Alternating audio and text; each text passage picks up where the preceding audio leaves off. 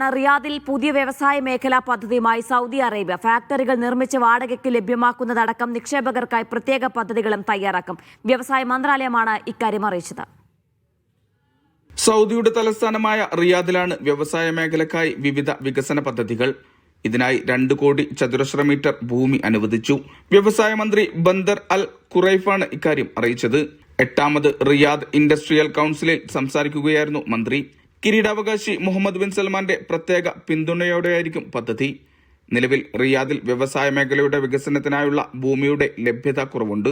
പുതിയ പ്രഖ്യാപനത്തിലൂടെ നിലവിലുള്ള പ്രശ്നത്തിന് പരിഹാരമാകും. 236 ദശലക്ഷം ചതുരശ്ര മീറ്റർ വിസ്തൃതിയിൽ വ്യാവസായിക മേഖലകൾ വികസിപ്പിച്ചതായും മന്ത്രി അറിയിച്ചു. ബിൽഡ് ടു സ്യൂട്ട് ഫാക്ടറി എന്ന പുതിയ പദ്ധതിയും മന്ത്രാലയം ഉടൻ ആരംഭിക്കും. നിക്ഷേപകരുടെ താൽപര്യത്തിനനുസരിച്ച് ഫാക്ടറികൾ നിർമ്മിച്ച് വാടകയ്ക്ക് നൽകുന്ന പദ്ധതിയാണിത്.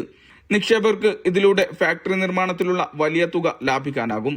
സൗദിയെ ലോകത്തെ പ്രധാന വ്യവസായ കേന്ദ്രമാക്കി മാറ്റുക, വ്യവസായത്തെ പ്രോത്സാഹിപ്പിക്കുക, ജോലി അവസരങ്ങൾ സൃഷ്ടിക്കുക, നിക്ഷേപകരെ പ്രോത്സാഹിപ്പിക്കുക തുടങ്ങിയവയുടെ ഭാഗമായാണ് തീരുമാനം. Vishal Cherpulassery, media 1, Riyadh.